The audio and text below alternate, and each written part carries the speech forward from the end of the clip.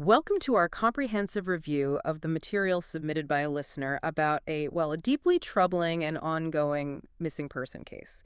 Today, we're undertaking a very detailed examination of the sources surrounding the disappearance of an 18-year-old Belgian traveler, Théo Hayez, from Byron Bay, Australia, back in 2019. And it's just an incredibly sensitive subject. The loss of a young person, especially when they're so far from home with their whole life ahead of them, it's just an immense tragedy. It really is, and this specific case, the disappearance of Théo Hayez, it has captured international attention, not just for the inherent sadness of it, but for the persistent, frustrating mystery that surrounds his final hours. That sense of frustration is palpable throughout all the source materials. To set the scene for you, Théo Hayez was born in September of 2000. He was just 18 years old when he vanished on Friday, May 31st, 2019. And the location is key here. Absolutely. The Cape Byron area of New South Wales, Australia. It's a beautiful place, but it's also rugged and can be treacherous. And the sources really emphasize just a truly critical piece of timing. He was in Australia on a working holiday visa, doing what so many young people do. Right, and then eventually. Exactly.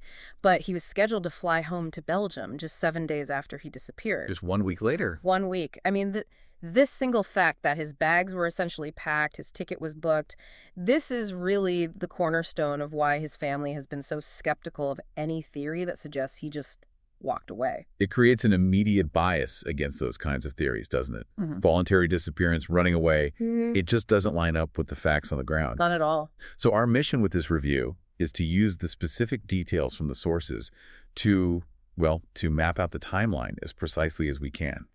We need to examine the key pieces of evidence, both physical and digital, and maybe most importantly, analyze the competing theories that try to fill this huge void of the unknown. And we're drawing on public records, police reports? Exactly. Public records detailing the efforts of the police, the family, the community searchers. We're really trying to offer clarity on what is firmly established fact and what remains, highly speculative. Okay. Let's unpack this timeline then. Yeah. Let's start with Theo's last confirmed sighting and what happened immediately after, which was this puzzling and ultimately disastrous delay in reporting him missing. Right. So the final verified sighting of Théo is very precise. He was last seen leaving Cheeky Monkey's bar, which is right in the center of Byron Bay. Okay. This was at approximately 11:20 p.m. on that Friday night, May 31st, 2019. After that moment, the trail just goes cold. The silence begins. And what follows is a really significant gap before the authorities were officially brought in. He didn't return to his accommodation, which was the wake-up hostel. Right. And when you look back at the investigation, this delay is probably one of the most challenging aspects. It certainly compromised that immediate search effort. I mean, he disappears on Friday, May 31st.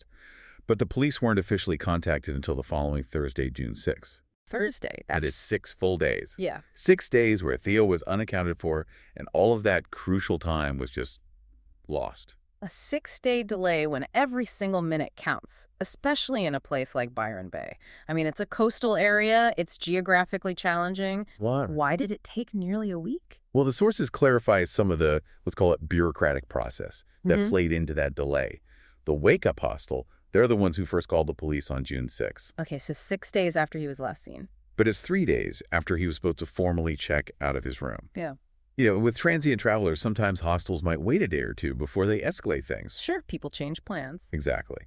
But even so, it still meant he'd been missing for several days before the hostel officially acted on it. But the hostel wasn't the only alarm bell going off, was it? No, and this is important. That very same day, Thursday, June 6th, Théo's family, his parents, Laurent Hayez and Vinciane Delforge, they also called the New South Wales police from Belgium. All the way from Belgium? Yes, driven by their own growing panic. He was in constant contact, and then suddenly there was his uncharacteristic silence. So it was that dual call from the hospital and the family that finally triggered the formal search protocols. But you can't get that time back. You can never get that time back. Yeah. The time lost between that last sighting and the official report, especially for things like eyewitness accounts or CCTV footage that might get recorded over, investigators will never recover that. And when the police did finally get to his room at the hostel, the evidence they found there immediately seemed to reinforce what the family believed, that this was not voluntary. Absolutely. The discovery of his personal belongings, including his passport, still in his room, I mean, that's a crucial piece of physical evidence. It's everything. As you said before, a young man who's about to fly home, who leaves behind the single most important document you need for international travel. Yeah. He clearly had no intention of leaving the area for good or, fleeing his life. Mm. It suggests he only thought he'd be out for a few hours. Which brings us to the search itself. Once it finally began, the sources indicate the effort was vast, appropriate for the potential tragedy, but they immediately ran into hurdles. They did. Hurdles with the geography of Cape Byron and, interestingly, the limits of modern communication technology. Let's talk about the search first. How big was it? It was immense and highly specialized. The Australian police searches involved helicopters to get a view over that dense bushland, drones for aerial surveillance of the cliffs, Right. specialized cadaver dogs, human trackers who can, spot disturbances in the foliage, divers to search the treacherous coastal waters, and even expert rock climbers for those steep cliffs around the lighthouse. So they were covering land, air, and sea. Every possible angle. The sheer variety of resources they used really shows you the complexity of the terrain they were up against. And this wasn't just a local news story. This was an international human tragedy unfolding.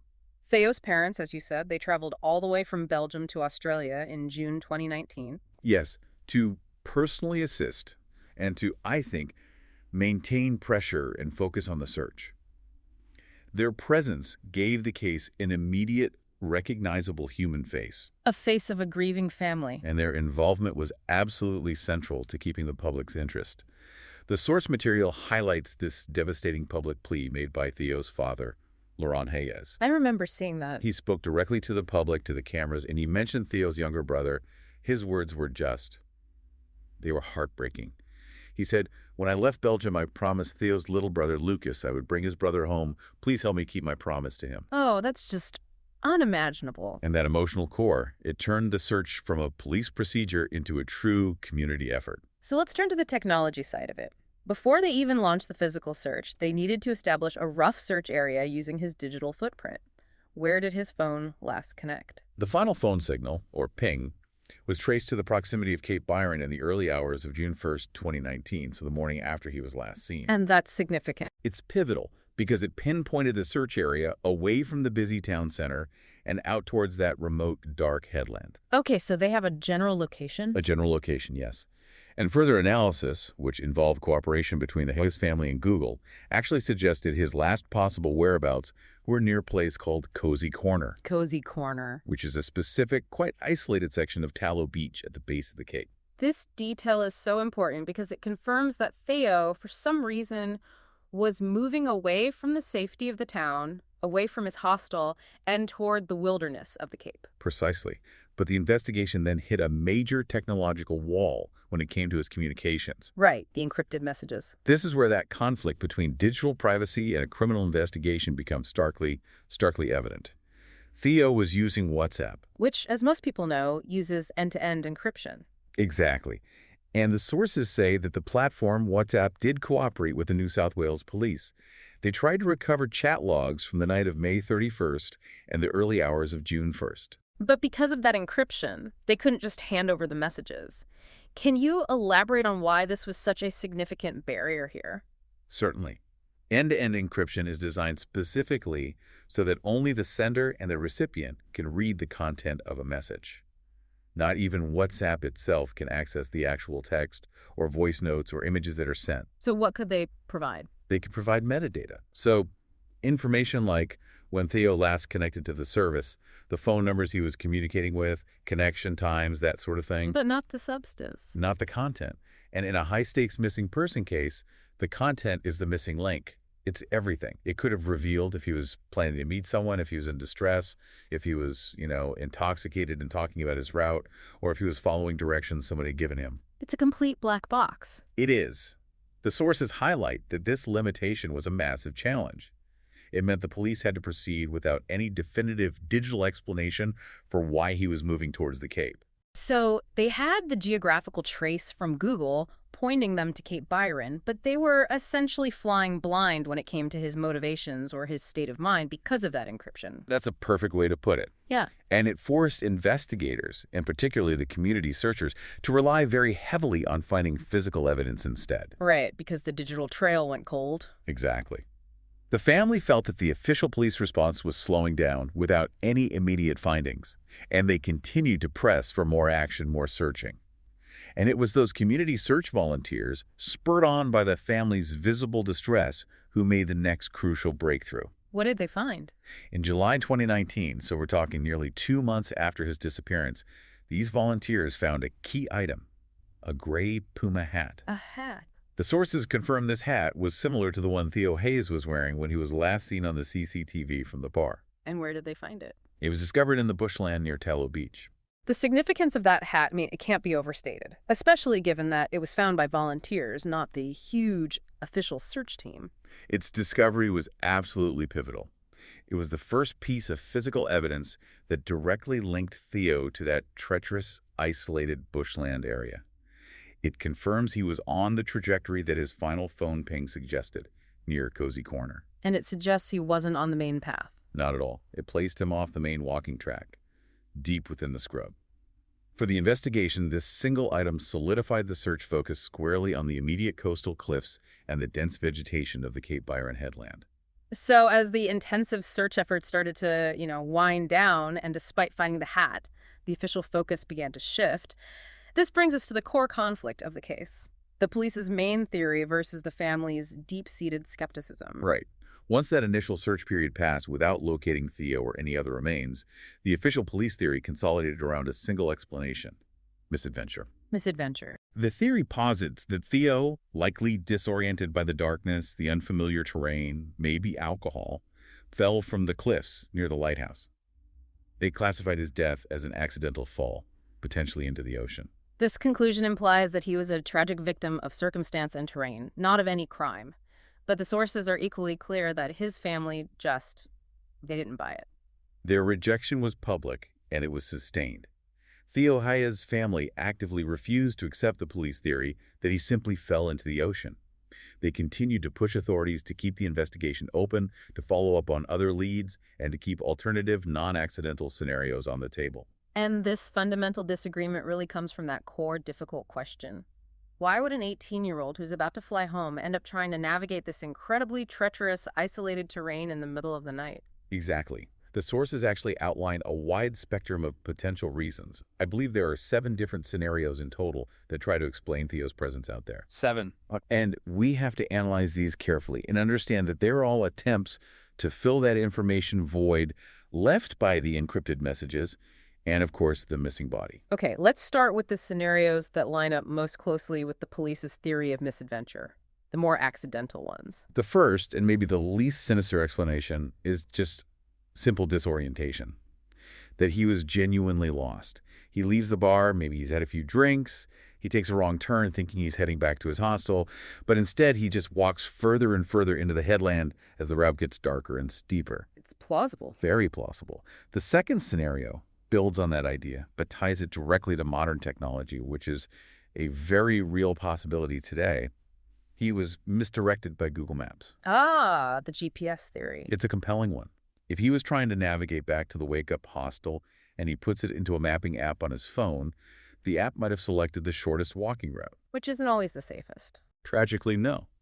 It could have directed him to a route that involves crossing the headland using that network of challenging bush paths instead of the safe, longer, well-lit main road through town. And linking back to that official police theory, the third scenario deals with impairment. Yes, that he was under the effect of alcohol or drugs. Being intoxicated or otherwise impaired would, drastically reduce his ability to navigate a steep, unlit path. It would lead to poor judgment, and that increases the probability of an accidental fall.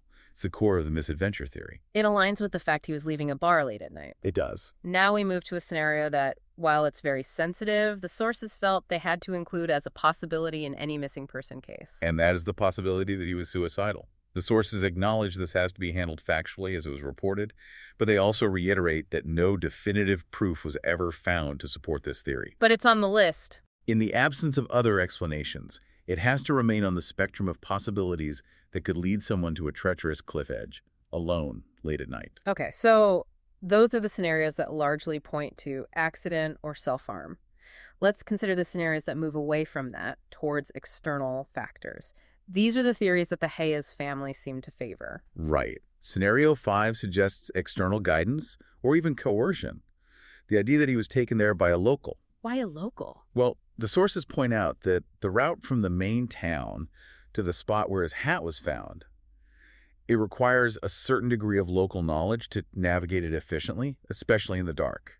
It's not an obvious path. So it raises the possibility he was with someone? Exactly. That he was accompanied or perhaps intentionally directed by someone who was familiar with the Cape's trails. And the sixth scenario, it provides a more social, though still very dangerous, explanation for why he was heading that way. He was heading for a party. Perhaps he got directions or an invitation, maybe through those encrypted WhatsApp messages we can't see to a gathering somewhere near Cozy Corner or Tallow Beach. So if he was rushing to meet people... He might have been completely unaware of how difficult and dangerous the route he was taking in the dark actually was. And finally, the seventh scenario. This is the one that really drives the family's continued opposition to the official police theory. This is the fear of foul play, that he was hurt or attacked by someone. This aligns most closely with the family's refusal to accept misadventure. It suggests malice, or maybe even unintended harm, from an external party who then may have deliberately obscured the evidence. 7 very different scenarios, yet they are all plagued by the same massive roadblock. No body, no definitive human remains. So the sources also had to try and explain that persistent absence. They do. They list 4 common explanations for the absence of a body in these kinds of coastal missing person cases, and they span from, criminal intent to natural forces. What's the criminal explanation for the absence? That would be human intervention. Yeah. Concealment.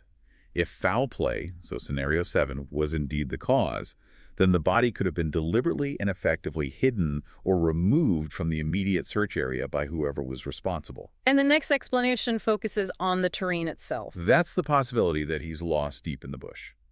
While the searches were incredibly extensive and they used advanced tech like drones and dogs, the bushland in that part of Australia is notoriously dense and unforgiving. So he could still be there. It's a very slim possibility after such an exhaustive search, but you have to consider it, that his remains are still undiscovered in a particularly remote thicket or cave, just inaccessible to searchers. And then there are the 2 scenarios directly related to the powerful, unpredictable ocean around Cape Byron. First, that he was taken by a shark. This is a possibility in Australian coastal waters. If a body enters the ocean, it could be scavenged by large marine life, leaving little or no trace. And the second ocean-related theory. That he was swept away by the tides. The currents around Cape Byron are notoriously strong. If he did fall into the water near the cliffs, the ocean could have carried his remains swiftly out to sea, making a recovery virtually impossible. The sheer breadth of these 11 competing explanations, 7 for why he was there, 4 for why he's missing, it just underscores the incredible complexity of this case. And eventually, the legal system had to act on the evidence, or the lack of it. Precisely. We have to mention the official step that was taken. A coroner's inquest was set for November of 2021. And the purpose of an inquest isn't necessarily to find the body, right? Not at all. Its purpose is to publicly and officially examine all the available evidence and testimony to formally establish the circumstances of his disappearance. It's about providing a legal conclusion, even if it can't provide the emotional closure the family is so desperate for.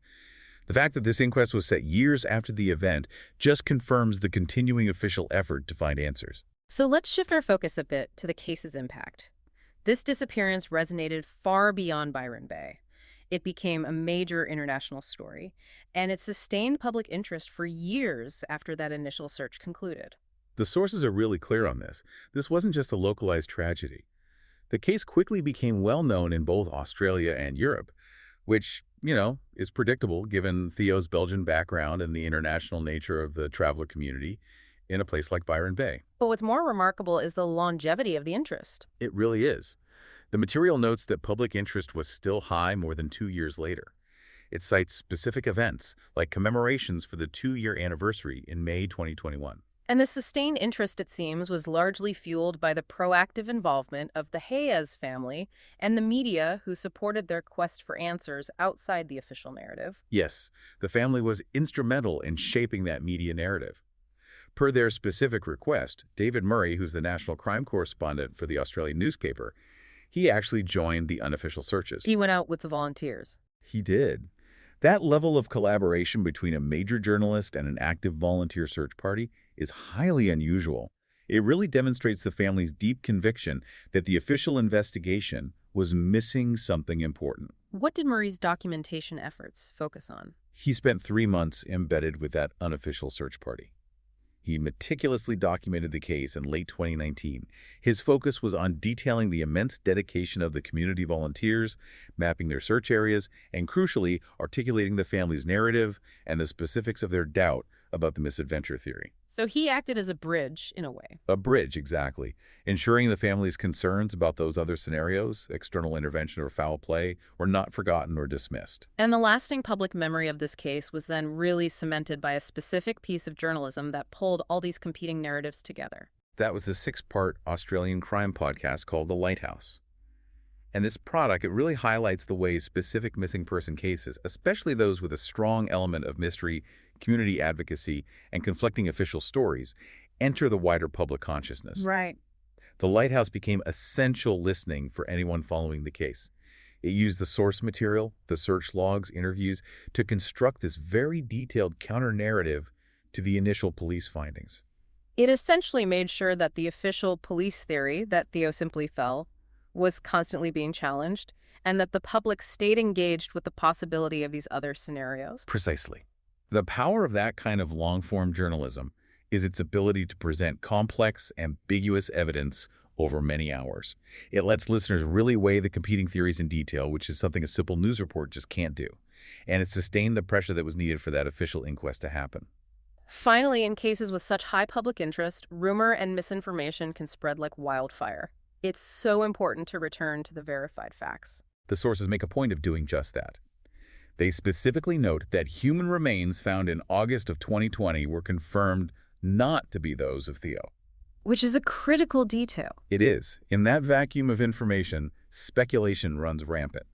Clear, factual reporting is necessary to avoid causing even more distress to the family or diverting investigative resources down false paths. So, as we synthesize all this evidence, what overall insights do the sources offer us about this investigation? They present this detailed look at a case that's really defined by geographic difficulty, technological frustration, and this profound disagreement over what happened. Right. To summarize the critical facts for you, the learner, we have to first underscore the significance of the timing. The disappearance happened just days before he was due to fly home. That remains the strongest argument against any kind of voluntary action on his part. And secondly, the lasting impact of that WhatsApp encryption hurdle, it can't be overstated. We see here a fundamental recurring conflict in modern high-stakes investigations. It's a huge issue. While privacy for users is, of course, paramount in cases like Theo's, the encrypted content could have provided the key piece of navigational or emotional context, that digital roadmap that the physical searches so desperately needed. And third, the case is just defined by this stark contrast between the official police theory of misadventure, suggesting an accidental fall, and the family's sustained, publicly articulated belief that other factors, potentially criminal or involving other people, were at play. This disagreement is the tension that runs through the entire investigation. The role of the community is also such a vital insight here. The investigation clearly shows the dedication of these community volunteers who, through their persistent, unofficial efforts, found that gray puma hat. A critical piece of physical evidence. It solidified the last known area of Theo's presence and focused everyone's attention on the dangerous, off-track route he took. And finally, the ongoing nature of the case, which is confirmed by the setting of that coroner's inquest in 2021, shows that the official search for answers is continuing years after he vanished. This whole exploration emphasizes how information gaps, specifically the missing encrypted messages and the absence of a body force investigators and the public to rely so heavily on circumstantial evidence. Which gives weight to multiple, often conflicting theories. Exactly. We're left with this fundamental sense of profound uncertainty about what happened in those dark hours on the Cape Byron headland. The tragedy is that every scenario, in some way, remains plausible. Indeed. We've detailed 7 distinct scenarios for why he was at the cliff edge that night, from being lost or misdirected by maps to being led there by someone or even harmed. And we've also explored the 4 main reasons for the absence of his body, ranging from powerful tides in marine life all the way to human concealment. It leaves us with this crucial question derived from all the material. Does the simple absence of definitive evidence the body, the content of the encrypted messages? Does that absence become evidence itself? Does it perhaps support the family's persistent fear of intentional concealment? Or does it merely confirm the official theory that the unpredictable and unforgiving Australian coastline claimed a victim in an unexpected moment of misadventure? That lingering uncertainty is perhaps the deepest tragedy of this ongoing search for truth. Thank you for joining us for this in-depth analysis of the source material concerning the disappearance of Théo Hayez. Thanks for listening.